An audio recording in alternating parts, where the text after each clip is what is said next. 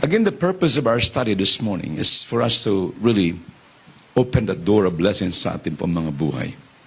At katulad po ng naalala ko si Brother Eddie nung sisimula pa lang ang JIL, ayaw niya talagang ituro about finances, sasabihin ng mga tao, bakit ganito? But you know what? The Lord rebuked him. You are depriving my people of the blessings of God. Kasi minsan ang kaisipan, magbibigay ko dahil may akong matatanggap.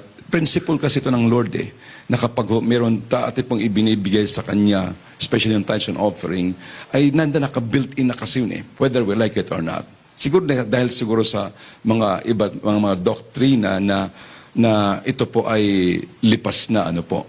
Anyway, so, hayaan niyo po kung magsimula sa pong kwento. Nalala ko lang po habang inisip po magandang illustration. Elementary pa yata ako noong naalala ko itong kwento na ito.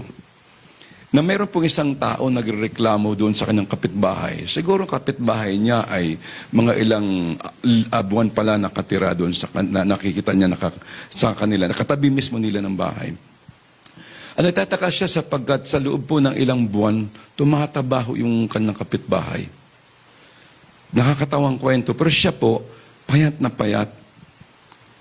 At minagmasdan niya, anong ginagawa ng kapitbahay? Bakit siya tumataba? At tuwing palang nagluluto siya, lumalabas yung simoy ng sarap ng kanyang luto. Yung pong kapitbahay niya nagbubukas ng bintana at nilalangha po yung kanyang niluluto. Nahuli niya ilang beses. Hindi lang po siya nagreklamo. Pero ang kanya pong inalulungkot dahil nga masarap ang kanyang niluluto pero siya hindi tumataba. Yung kapitbahay ay tumataba. Siya po ay nag-file po, nagdemanda po siya. Nakarating sa korte yan, sinabi niya, ano hong reklamo niyo? Ako po ay unfair naman. Ako ang gumagawa, nagluluto ako. At nakita mo naman yung katawan ko. Yung kapitbahay namin na wala namang ginagawa, ay tumataba. Bakit po pinakialaman? Hindi fair ho, judge Sapagkat kapag ako'y nagluluto, nagbubukas siya ng bintana at nilalanghap yung niluluto ko at siya po ay tumataba. At doon po ay nagharap-harap nga sila. Sabi po, ikaw, anong masasabi mo? Wala na akong kasalanan. Kasalanan ko ba na lumanghap ng kanyang masarap na luto? Ang sabi po nung nagreklamo, di magbayad ka. Bayaran mo ako doon kasi tumataba ka Nakakatawang kwento ito. Sabi niya, wala akong pambayad. Pero ito lang masasabi ko.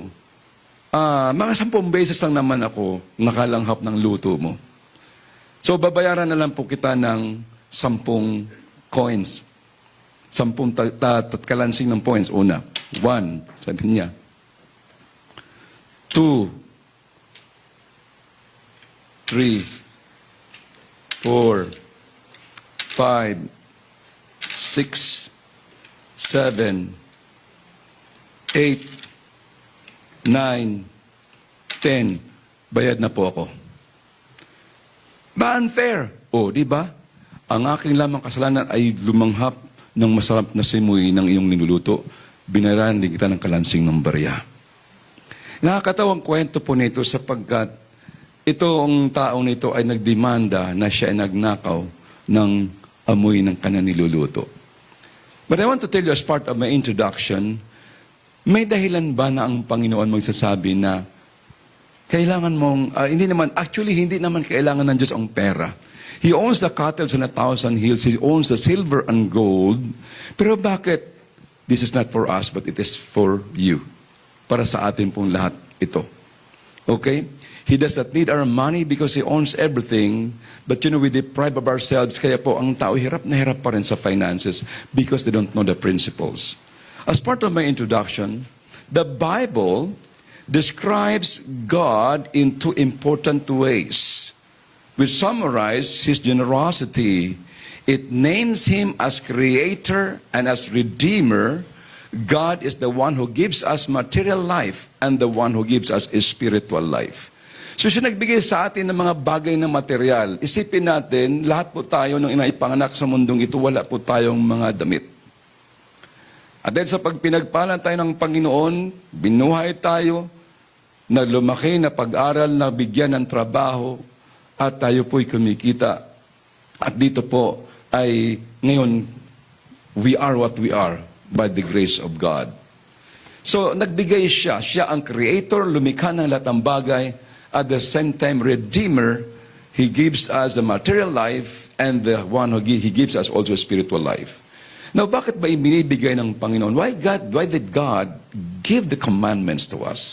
Una, for our protection. Para maproteksyonan po tayo. For our own good. Para sa atin din yun. And for His blessings pa sa ating mga buhay. Nais ko po ilatag ang ating pag-aaral ngayon, tatlong bagay. Habang piniprepare ko po ito, nabuo ko po itong tatlo pong G na ito. Una, generosity is love in action. Yung po ng generosity ng Panginoon, ito po yung love in action. Yung hangin nating hinihinga, libre po yan.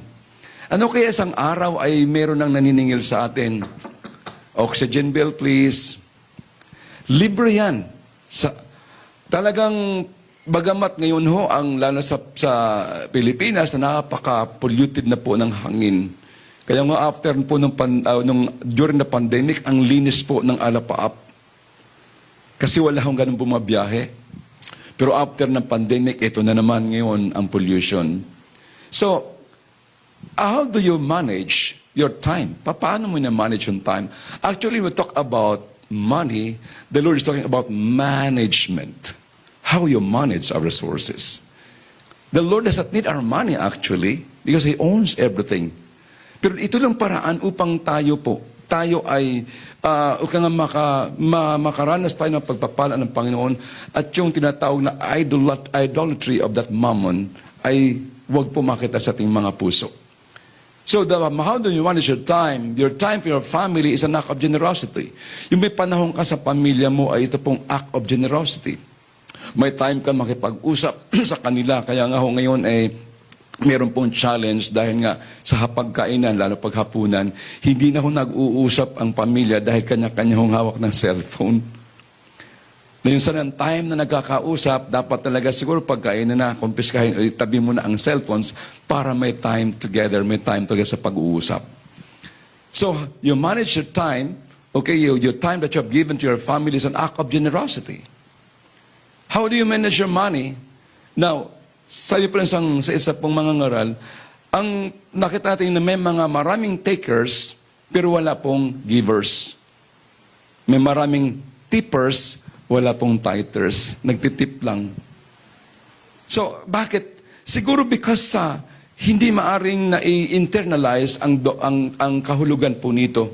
Because marami po naglipa ng mga doctrines at makita natin po na pagkaitan sila ng pagpapala. I know of someone, kasama po namin sa young professional sa Pilipinas, he used to work in customs. Talaga makita mo, hindi naman gaano po mataas ang kanyang pinag-aralan, pero makita mo yung mga singsing niya. At siya po ay talagang nagtatights. Dumating po yung time na nabago ang kanyang doktrine, na nakapasok po yung doctrine na wala na raw po ito. Balik po siya doon sa umpisa, and then talagang nagkakaroon ng problema ang kanyang buhay. So why the Bible speaks more of money than any topic? Unang-una po, kung tinignan ating pong napag-aralan, alam niyo ba na kapag ating titingnan, pag ating pag-usapan tungkol sa prayer, halimbawa, ang the word pray or prayer ay 371 times lang po binanggit sa Bible. Nasaan ang ating ano?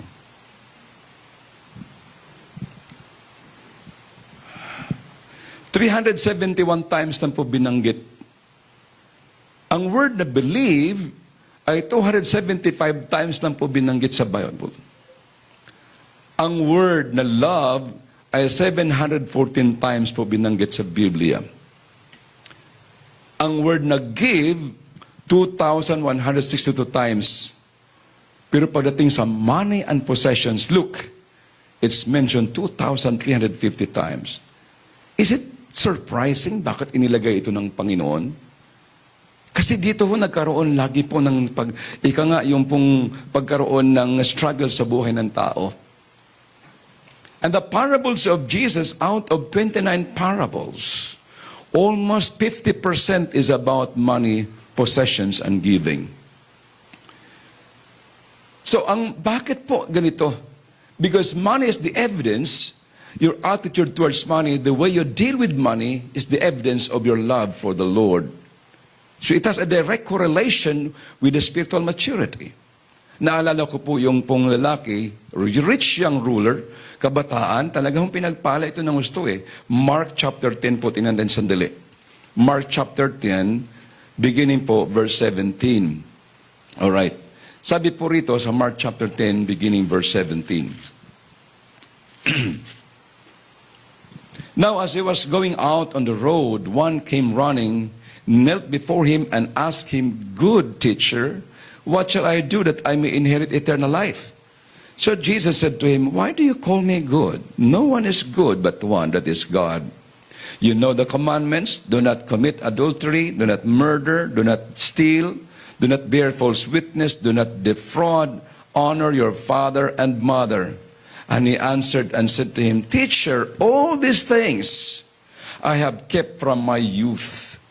Then Jesus, looking at him, loved him and said to him, "One thing you lack, go your way, sell whatever you have and give to the poor, and you will have treasure in heaven, and come, take up the cross and follow me."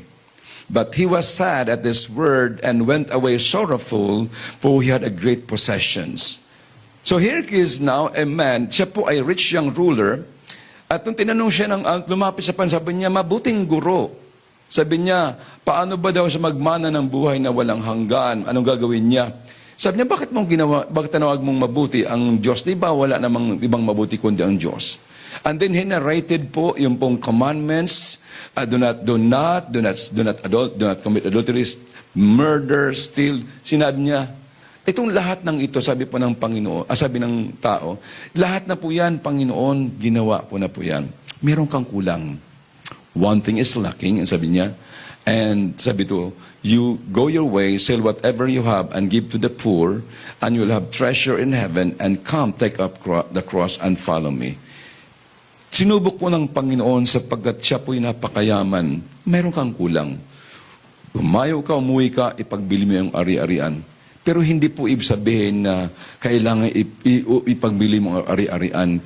Ito is a test sa tao po na ito. Sapagkat di ba ang sabi ng Bible, God even rejoices in the prosperity of His people. At doon nasubok nga, sabi niya to, he was sad, at sabi to, and went away sorrowful for he had great possessions. So tinas ng Panginoon ang kanyang puso. Okay, nasunod mo ang mga kautusan, good. Pero meron isang bagay. At doon na-test nga, ayaw niyang bitawan yung pong kanyang possessions. There's nothing wrong with money. But if that money possesses you, yun naging problema natin. Kaya sabi niya, pastor, mabuti yung pera, may tao ng pera. Kaya natatakot ka. So marami po tayong titingnan, bakit kaya nagkaganon? So money is the reason why brothers are suing each other. They go to court, they even sue their parents dahil po sa pera. Meron tayong karanasan yan po na natulungan ko po yung isa ng actually po yung Choy na siya po yung namayapa. No? Natulungan ko po mga makapag-abroad sila at nung sila kumikita na ako na pong inapasama. Sabi ko, bakit ganon? So, hindi ko lang po i-detalye. Sabi ko, ganon ang nagagawa ko talaga ng pera. Alright. And even money is the number one reason for divorce. Kaya makikita natin na may mga taong masagana, pero bakit ay walang kapayapaan? Pero bakit parang naglalagay lang sa basket na butas? Again, hindi na nakikita yung pong prinsipyo ng Panginoon. Alright. So, dito po sa aklat po ng Proverbs 22:9, tingnan natin sandali po. Proverbs chapter 22 verse 9. I hope that you're following me. Proverbs chapter 22 verse 9. Sabi po rito, 22:9.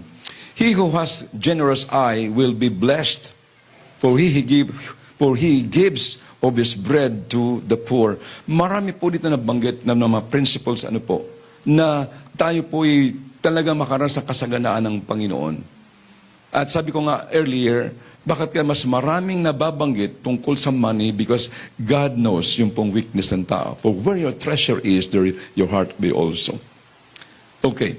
So, dito na i-lay down ko po ang pinaka-foundation po rito na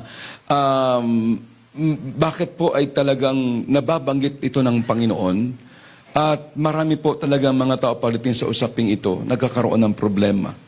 As I mentioned, Okay? As I have cited some illustrations or example. Okay, so now, as we continue, titingnan po natin dito,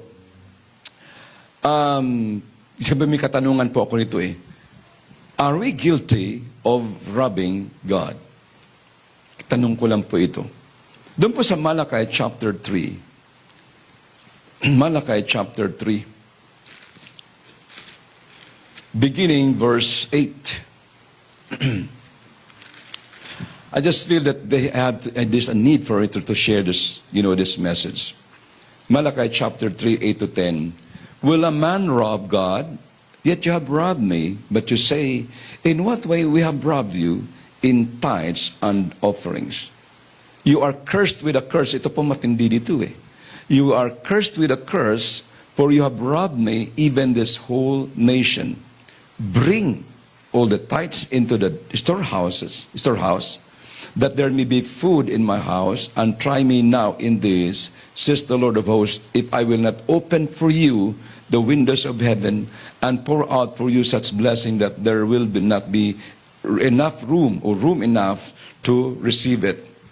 Dito sa puntong ito, makita natin na this tithing, even dun sa book of Genesis chapter 14, verse 20, tithe was practiced by Abraham 500 years before the Mosaic Law.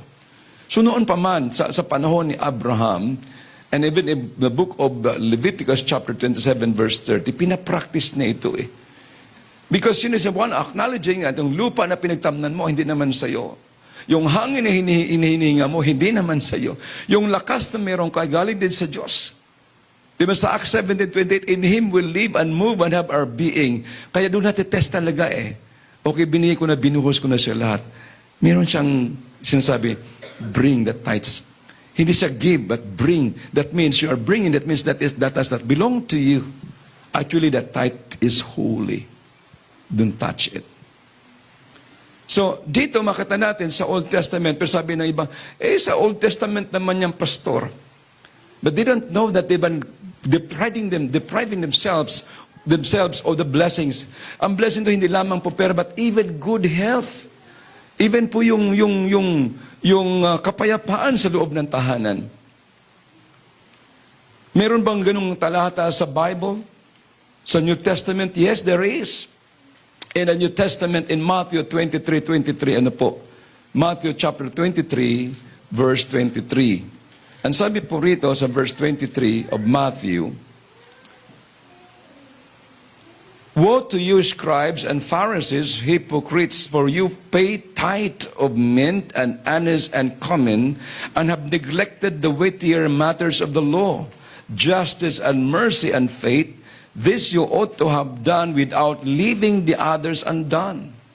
So itong mga Pharisees and Sadducees, sila po yung mga tithers. Kaya lang po pagdating dito sa justice and mercy and faith, dito po ay nakaligtaan po nila.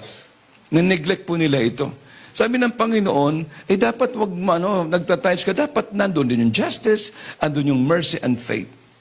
Okay, so 20-23 of the book of Matthew. Dapat wag makaligtaan. Well, it is true, nagtitithes, pero hindi naman, ang buhay mo naman ay iba. So, kailangan mawawala yung mercy and justice without leaving others undone. So, dito po binabanggit ito ng Panginoon by the power of through the power of the Holy Spirit ni St. Matthew. At doon sa 1 Corinthians chapter 16, tingnan natin sandali. 1 Corinthians chapter 16, 1-2. 1 Corinthians 16, 1-2. Sabi po rito, now concerning the collection for the saints, as I have given orders to the churches of Galatia, so you must do also. On the first day of the week, first day pala ngayon natin ng first Sunday, let each one of you lay something aside, storing as he may prosper, that there be no collections when I come. So the point is that, noon pa man hanggang ngayon po, ay ito'y naisa pa na atin po ito ipapractice. Balikan ko po yung Malachi chapter 3. Nakita ko po dito, ang offense po ng tao is robbed God or stealing God. And the outcome here is the consequence of disobedience dito. At nakita natin dito, kaya pala ho yung mga ibang nagtatanim, ay bakit minsan ay talagang dinadapuan ng mga balang, mamumunga na, pagkatapos binabagyo. Sabi ng Panginoon, I will rebuke the devourer. So that serves our protection when we bring the tithes unto the storehouse of God, sa kanyang storehouse. That means that where you get your feeding, there you make your giving. Do not idalhin sa storehouse na ito. So, doon ang protection. Ayaw ko kung nakita nyo minsan na i-feature ito, na siya po ay nagtatanim po ng palay, at yung mga palay ay binabahaginan po niya yung pong mga misyonero. Dumating po yung baha doon sa lugar na yon, yung kanya pong palay inesper ng Panginoon, yung pong mga kapitbahay ay nalubog sa tubig. Doon niya napatunayan na buhay ang Diyos. Isa pong family doctor namin sa Pilipinas, na po ay mayroon pong fish pond sa Iloilo, o sa parteng Bacolod. Sabi niya, Pastor, ako po ay titers po kami. Meron po kaming fish pond sa Bacolod. Nung dumating po ang malaking baha, alam mo na nakakagulat, yung pong aming fish pond ay hindi po umapaw. Yung pong mga kapitbahay namin umapaw at yung mga isda na lumipat nga sa aming fish pond. Ang gusto ng punto, hindi din na dahil yung pong isda ng kapitbahay ay lumipat sa inyo. Ang gusto ng punto, hindi ito ay dahil naproteksyonan po ng Panginoon yung kanya pong kabuhayan. Nasa Bible po yan. Kaya makita natin, malaki namang sinasahod, pero bakit nagkukulang pa rin? Bakit nagkaganon? Marami naman may kaliwat, may mga business, pero bakit yung kausap mo ay hindi naging matapat?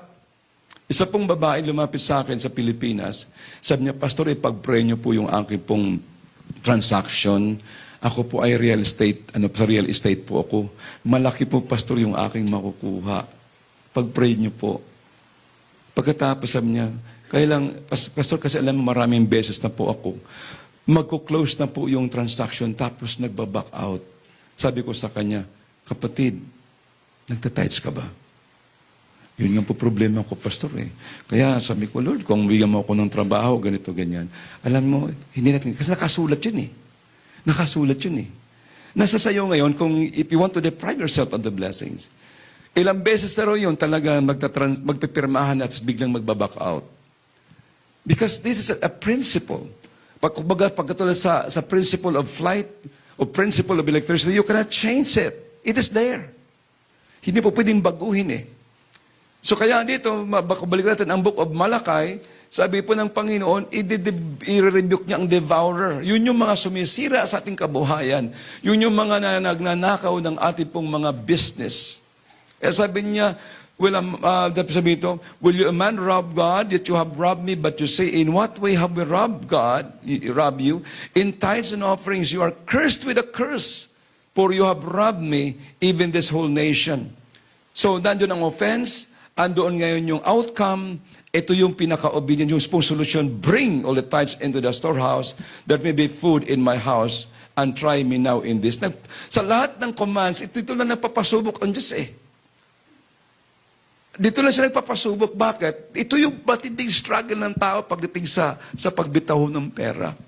Kami po sa Philippines, nung simula po ko iniwan ko po yung trabaho ko sa private school. When I started in the ministry, si Mrs. nung nag-resign na po sa trabaho sa Department of Environment. Talaga nang living by faith, yung pambayad sa bahay, pero nakabukod talaga. Minsan, pag yung pagkain namin sa mga pagkain, pag gusto pa ng anak ko, sige, bigayin. Talagang mahigpit, but wag na mawala talaga yung tithes. We went through that kind of process, pero hindi kami ginutom ng Panginoon. Hindi kami talaga pinabayaan. At doon talagang, meron talagang pagkain sa aming mesa. Faith, food always in the house. Meron lagi yung pagkain sa aming kapagkainan. Lahat naisip ko nga na gumawa na ng mga paraan, pero talagang inano ng Lord na hindi ko kaya pababayaan. Sabi po ni Haring David, I have been young and now I'm old. I have never seen the righteous forsaken. Ang Diyos po natin nangako ay napakatapat, napakabuti. So that overflowing blessings, the windows of heaven are open. Hindi pintuan, windows, ang dami ng windows. blessing to be poured out that your room is not enough to receive it. God will rebuke the devourers, your produce will be protected. Kaya nabahin ko po yung babae kanina, ang dami ng transaction, ilang beses na raw ang laki ng kanyang komisyon, nawawala rin. Bakit? Sabi ko sa kanya, are you a faithful tither? Yun na nga pong problema ko, Pastor. Naalala ko po yung isang lalaki, and sabi niya, Pastor, pag-pray niyo po ako, na magkaroon po ako ng trabaho para makapag-tithes po ako. Pag-pray ng pastor, nakapag-tithes siya, una nung $100. Sumunod na-promote siya. Nagbigyan na siya ngayon ng $500. Bandang huli, palaki na, nagiging $1,000.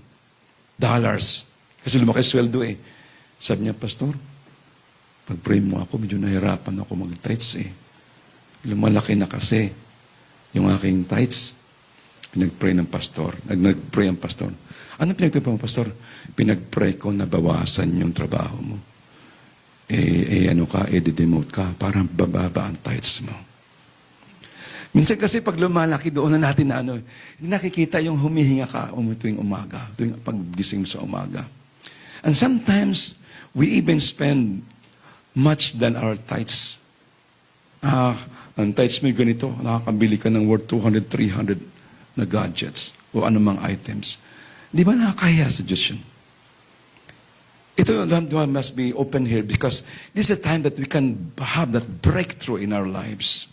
Makalabas tayo doon. At makita nyo because it's proven sa amin pong mga buhay. Proven na po yun. At mayroon tayong isang kapatiran na yung kanyang naipanganak po, 6 months, bali, premature po yung baby. 5 months po na naipanganak yung bata. At talaga makita mo makakaawa, ang dami yung nakakabit ng mga sa katawan kasi kailangan siya masustain yung kanyang lakas dahil nga premature. At so bumuhos po yung mga support galing sa ibang bansa. Ang magulang, nag-tithes pa rin. Para sa bata yun hindi po maaari, Pastor, ibigay namin yung tithes. At alam yung batang yun na buhay at napakatalino yung bata. 5 months lang siya na panganak, pero makita natin po, talagang sinustain ng Panginoon. Sabi hindi naman sa amin. Yes, nandito yung mga tulong, pero hindi natin makakalimutan ang nagbigay ng buhay sa Kanya. Bihira po mga garoon kapag fully convinced tayo of the principles of God, hindi natin niwidol, kaya our tithe is not so tight. Nakabukas po ang kamay. Why? Sa Kanya naman talaga yun Actually, yung money God is not talking about money, but it's talking about management. How you manage that mammon or that or that money in your hand. So tithing is proportionate giving. Tithing in the New Testament is the floor, not the ceiling, according to Randy Alcorn. So we used to have that guys from the gross, hindi from the net. Mabigat po, pero I'll tell you, makita niyo po ang pagpapala ng Panginoon. Bukod pa dun sa ating binibigay, nag-tithes ako, and then nakapasa ako sa exams, yung aking pinaka-love offering, Lord, thank you that you made me pass this test.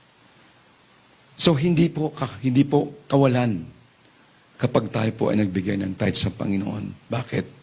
Nagbubukas tayo ng pintuan ng pagpapala sa Diyos. So, isa po, sabi ni Rick Ezel, the purpose of the tithe is to support God's work.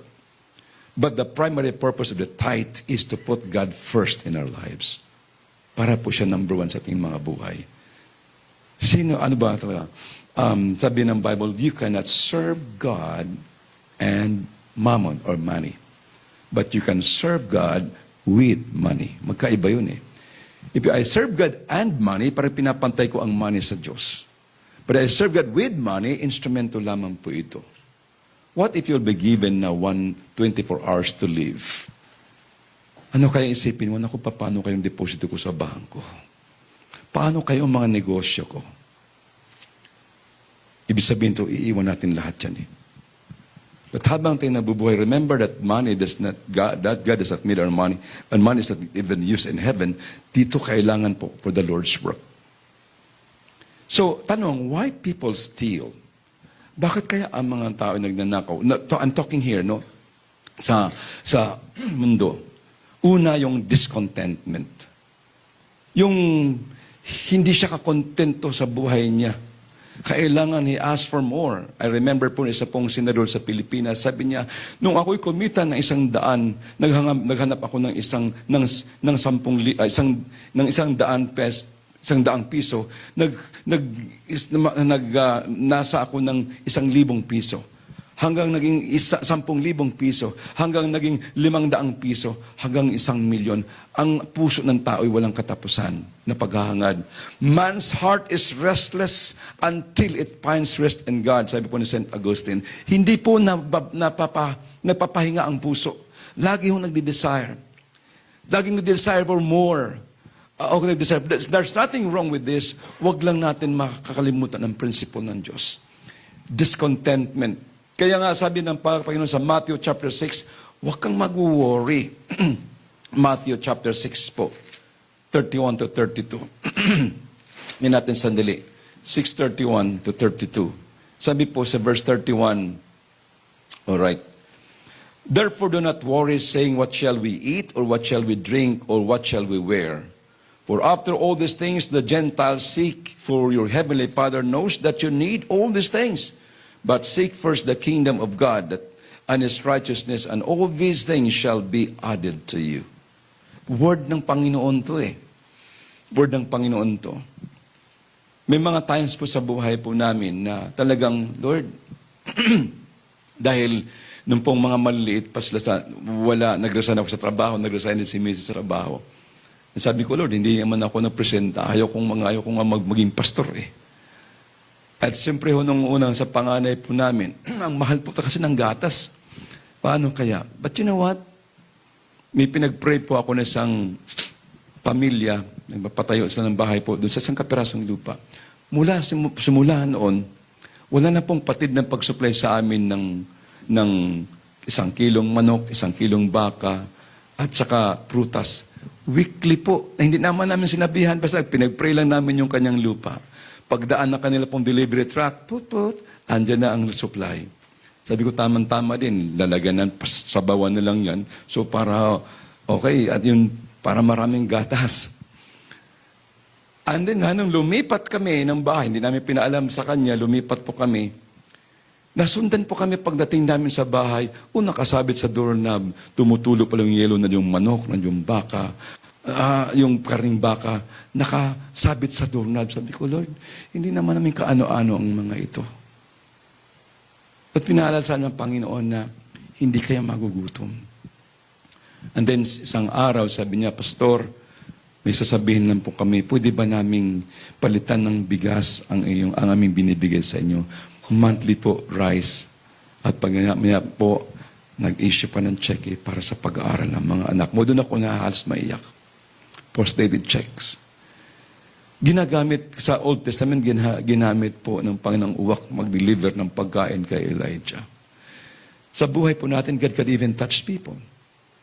Even nga sinasabi ko yung sasakyan namin po, unang car namin, Mitsubishi Lancer, na hindi po yung tao na araw-araw naglalakad, lalo pag mayroon kang mga Bible study o kaya mayroon kang kasal, bit mo yung, kaya nagtataksi, ay pag umuulan, hindi ka ba sa makaalis? Sabi ko, Lord, I need a car. Wala. 5 years, wala. Sabi ko, siguro, baka hindi pa, baka lumaki puso ko, sabihin, may sasakyan ako. After po, on the 10th year, sabi ko, Lord, with or without car, magsiserve po ako sa inyo. Doon naman yung himala na pinakita ng Panginoon. Nandoon po yung mga anak namin sa isa pong gymnasium. Sila po ay meron kasing family event po ng church, ng school.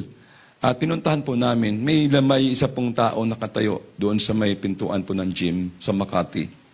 Sabi niya, Pastor, hindi po ko siya kilala. Pwede ba ipag-pray yung pajero ko? Sabi ko, sige. Pinag-pray ko po. Maya-maya nandun yung misis, Pastor, may sasakyan ka na ba? Sabi ko, wala po. Nagpipray kasi kami kung kanino po. Sinong pastor ang pagbibigyan namin? Sabi niya, 3 po kasi may sasakyan namin. Sa'yo na po yung isa. Nung marinig ko po, sabi ko, salamat po, sis. Hindi ko rin siya kilala eh. Yung misis doon po nagpapapray. Pumabi ko kay misis, mayroon tayong blessing. May magbibigay sa atin ng car. December yun. Natapos ang December po, walang sasakyan. Natapos ang January, walang sasakyan. Sabi ko, totoo kaya car. Hindi naman toy car eh. O yung ano. Second week of February.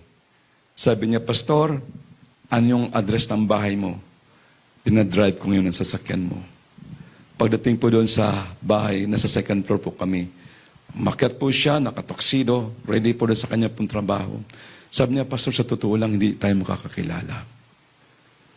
Pero hindi po ako ng Diyos. Ito po yung susi ng sasakyan niyo. Siguro mga 5 times, hindi ako nagkakamali nakatin sa church. Hindi ko siya kilala talaga. Hindi po ako ng Panginoon. Sa iyo na po itong susi. Sinalin po sa pangalan ko po yung car na yon. Hindi ko pa nakikita pag dungaw ko sa bintana, paborito ko pong kulay, black Mitsubishi Lancer.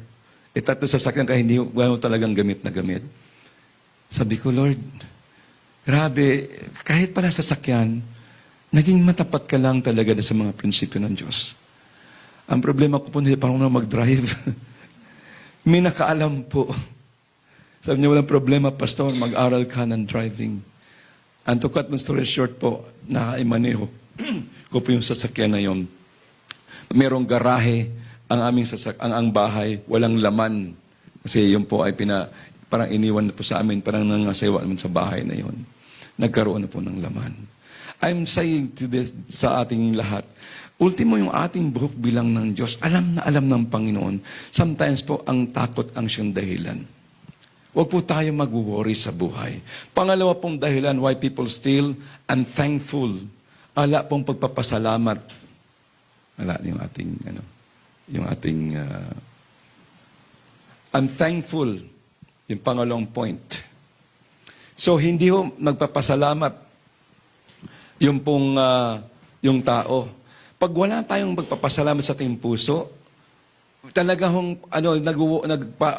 parang, ito lang naman sa akin. Hindi nakikita natin na ang ating hinahanap yung magpasalamat tayo sa meron tayo.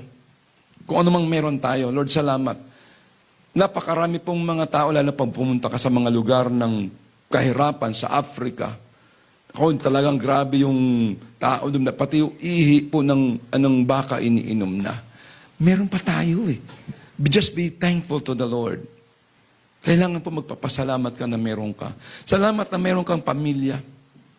Salamat na araw-araw may kinakain ka. Yung unthankful. Kaya sabi po ng Bible sa 1 Corinthians 5:18, in everything, give thanks. Sabi, hindi po sabi for everything, but in everything. May problema ka o wala, in everything give thanks. Kasi halip niyo, puro complain ang lumalabas sa ating bibig. Di ba sa book of Genesis, sa mga Israelites, puro complain. Ayaw ng Lord ng puro complain because that's a sign of unbelief. Ano ba naman to? Kundi ang ating puso ay mapuspos sa Lord, thank you, Lord. In sunshine or rain, Lord, salamat, salamat, Panginoon. Kaya nasabi ko po, this, we have experienced this. Dumaan kami sa ganun pong mga pagsubok sa buhay. 4 ng anak ko, talaga namang, Lord, paano makapag-aral sila? But talagang pinatunayan po ng Diyos. Pangatlo po yung unbelief. Nung kawalan po ng pananampalataya, naku baka, pag ginawa ko ito baka mawawalan ako. May mga times sa susubukan po tayo ng Panginoon. Because of unbelief that if I release this money, paano bukas? Na alam mo yan, para sa Diyos. Wini-withhold mo, din ikaw rin ang mawawalan. Kasi naka-principle yan, hindi na, ayaw ko yung nagbibigay pa so dahil may ina-expect. No, you don't expect something because that's a principle that will be given back to us. Kaya sabi nga ng Panginoon sa Luke chapter 6 verse 38, tingnan natin po sandali ito. I'm almost done. Chapter 6 verse 38, sabi po rito, verse 38, Luke, give and it will be given to you, good measure, pressed down, shaken together. GPS yan. Good measure. Ano sabi dito? Pressed down, shaken together. You will receive that GPS. Good measure, pressed down, shaken together. and running over will be put into your bosom. For the same measure that you use, it will be measured back to you. Kapag bumibili ka ngayon ng tinapay, dati ang tinapay, pag bumibili ka noon, talagang siksik na siksik, yung mga Nutriban noon. Ngayon, pag bumili ka ng tinapay, hangin ang loob, hindi na siksik eh. Bumili ka, Panginoon, ay, wala nang laman yung loob. Ibang-ibang noon. Basta Panginoon, sabi niya, siksik, liglig, umaapaw na pagpapala. Magugulat ka. Magugulat ka talaga. May mga times sa amin po, sabi ko, Lord, bibili wala kaming ulam. Palabas na ako, may pumasok, may daladalang isda. May daladalang isda. Laki nung isda galing pa sa Bicol eh. Di ba, Pastor, nagsabi ako sa inyo noon, kasi kinasal ko sila. Di ba, sabi ko sa inyo, bibigyan kayo ng isda. By the time na wala po kami, bibili ako ng ulam, may dumating na kapatiran dumating, may ginhawak na isda. Na ulam namin po, isang araw yun, malaking isda na yun. Yung mga bagay na yan, kaya nga, yung bang maging sensitive tayo, na sa Lord, thank you, Lord, gumamit ka ng mga tao. Naalala ko po tuloy si John, the beloved, nung pong ang Panginoon na sabi, wala ba kayong huli sa chapter 21? Sige, ihulog yung lambat. Nung makahuli, sabi ni John, it is the Lord. Si Lord yun ah. Nung revelation sa akin ng Panginoon, kailan ka nagsasabi na it's the Lord? May nagbigay sa'yo, Lord, it is the Lord. Gawa ng Diyos yun. Hindi naman niya alam na wala akong trabaho. Bakit nagbigay ng trabaho? It's the Lord. Yung gusto ng Panginoon magpapasalamat nun, always acknowledge. At nung panahon na walang-wala ka, may tumawag. O mayroon ka pa pala dito naiwan, check eh. It's the Lord. Kaya natin acknowledge lagi ang Panginoon. Ano pa? Fear, takot. Sa takot, baka ako'y mawawalan. O baka mamaya, paano na lang kami? Paano bukas? Sabi ng Panginoon, nakita mo yung mga ibon sa impapawid. Hindi sila nagtatrabaho, naghahasi. And yet my Heavenly Father feeds them. Are you not of more value than they? Alam mo yung po application po nito, yung po mahirap gawin.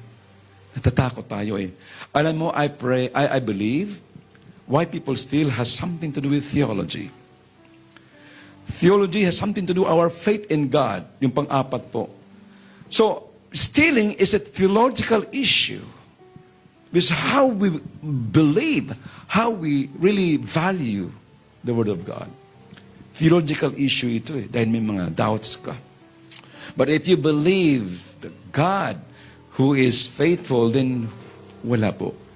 Hindi po kayo iwido. So very, very quickly po, sa pangatlo pong punto, we are God's stewards. Mga katiwala po tayo ng Panginoon. 1 Corinthians chapter 4, bibilisan ko po. Para hindi mabagal. 1 Corinthians chapter 4, sabi po 1 and 2, let a man also consider us as servants of Christ, as stewards of the mysteries of God. Moreover, it is required in stewards that one be found faithful. Now, we are not owners. Hindi po tayo ang mga nagmamayari. Lahat yan na mayroon. Lahat na sa atin ay pinagkatiwala sa ng Panginoon. So a steward's responsibility is to be faithful. A person entrusted with and responsible for his master's entire household. Ito po yung kahulugan ng stewards. That is, building, fields, finances, food, other servants, and sometimes even children of the owner. Ito po doon sa Old Testament. Kaya yung pag-stewards ka, katiwala ka, ipinamahala sa yung mga bagay na yun. And these things that pinamahala lang sa atin ng Diyos eh. Even our family, pinamahalaan po natin.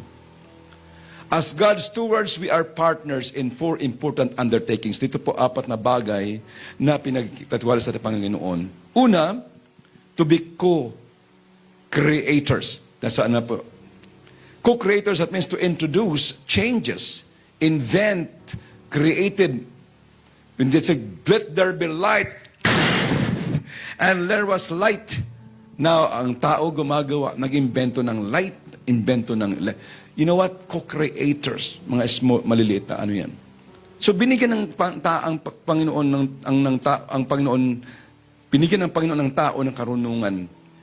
He is also a co-sustainers to maintain life's progress, yung spiritual growth. Pangalawa, co-sustainers to maintain life's progress or spiritual growth. Biro mo kung wala, hindi nagsusustay ng Panginoon, bansot tayong lahat spiritually. This is one of the things po, itong atin ituro, because for us want to grow in this area, sa buhay na to. Nagtataka tayo, bakit palaging ganun, business ko? Nagtataka bakit ganun lagi? There might be something na kailangan po natin po makipag-usap sa Panginoon na masinsinan. Pangatlo, to be co-redeemer, to be instruments of change, role models. Naging po tayong role models. Kaya sa amin po sa Philippines, ultimong mga bata, pagdating po ng tithes and offering, mga bata po nakapila na. Yung baon nila na 10 piso, may piso. Kaya ho yung mga envelopes na bubutas, sila po nung maliliit pa. Butas po yung mga envelopes kasi nga puro barya. Nung magkatrabaho na po sila, nabago po ang lahat. But at their young age, tinuturuan na po namin sila. Because that is for their own. Once they have their own family, pati mga anak na natuturuan din pa paano mag-tithes. Dahil God's proven. Yung good health na binibigay sa ng Panginoon, nakita natin po. Kaya dito po makita natin na matapat ang Diyos. Principle kasi yan, we cannot change the principles. Then lastly, to be consummators. The act of bringing to completion or fruition. Ito po yung important undertakings bilang po mga stewards ng Panginoon. Hallelujah. As I close, giving takes faith. Talaga hong kailangan panampalataya po dito. And we have a trustworthy God who is not going to ask us to do something which will harm us. Hindi maari hihingi ng Diyos sa atin na para tayo po, okay? Na tayo po ay mapahamak. It's proven, I'm talking here as our experience. Pag sabi ng Panginoon, bring the tithes, and then sabi dito, and bubuksan niya ang durungawan ng langit. And sabi niya, test me in this. Hindi po magbibigay ang Panginoon ng prinsipyo na ikapahamak po natin. Tayo lang po talaga ang nag-isip ng ganon. He is the all-giving God. And we have learned from the scriptures that is asking us to follow Him along the pathway of generosity. That's why here, ito yung pinaka-storehouse ng Panginoon. Bakit? Hindi po tayo lahat nakakahayo sa mga lugar. Sa ating pong Wind Summit, ang ating pong pinagpipray na makapagbukas tayo ng Millville, ng Canora, ng Kipling. But of course, this will be only possible kapag mayroon pong support talaga. Kaya ito yung storehouse natin eh. Makapag-raise up ang Panginoon ng mga manggagawa, humayo. Kaya sabi ko, kailangan namin, minsan kaming dalawa, tatakbo dun sa lugar na yon. Doon lamang para makakilala ang mga Kapilipino, para makapagbukas. Habang po ang Panginoon di pa dumarating, we will do our part. Kaya hindi naman pagdating natin sa Panginoon, sabihin, ito malaking tither to. No, hindi. Well done, good and faithful servant. Dahil marami nakakilala sa Diyos. Minsan na tayo mabuhay sa mundong ito. Sabi nga minsan na i-share ni Pastor Joey, meron siyang mayaman po na pinagpipray na sa may deathbed na. Alam niyo, Pastor, totoo maraming yaman ko. Kaya niyang bumili ng sasakyan, kahit yung pang Monday, pang Tuesday, pero tinamaan ng cancer. Tinamaan po siya ng malignant disease. Hindi niya kaya pong maubos ang kanyang kabuhayan. Nakikita ko nga po yung isang artista ngayon na nagkaroon po. Malubha na siya. Nasa Mayo Clinic. Hindi ko lang pabanggitan ng pangalan. Mayaman na mayaman. Pero wala akong magagawa ang pera. Payat na po siya. At nagbibilang na lang po ng araw. God, by the mercy, marami na ho pumupunta doon. Iba't ibang uri ng mga reliyon para po siguro kausapin siya. Pero only God, siya lamang makakagawa nito. I pray that this message po will open our eyes. At magugulat po tayo. Lord, yun lang pala. Na-deprived kita sa mahabang panahon, Panginoon, because of wrong theology. Hayaan natin yung mga tao na, kung ganito ganyan, but makita natin, magulo ang buhay. Bakit? Once you violate the principle of God, kaya ako hindi masaya eh. Hindi magulo kapag may na-violate isang prinsipyo ng Panginoon. Again, where you get your feeding, there you make your giving. God give me this word. Where you get your feeding, there you make your giving. Tumayo lang po tayo saglit sa oras.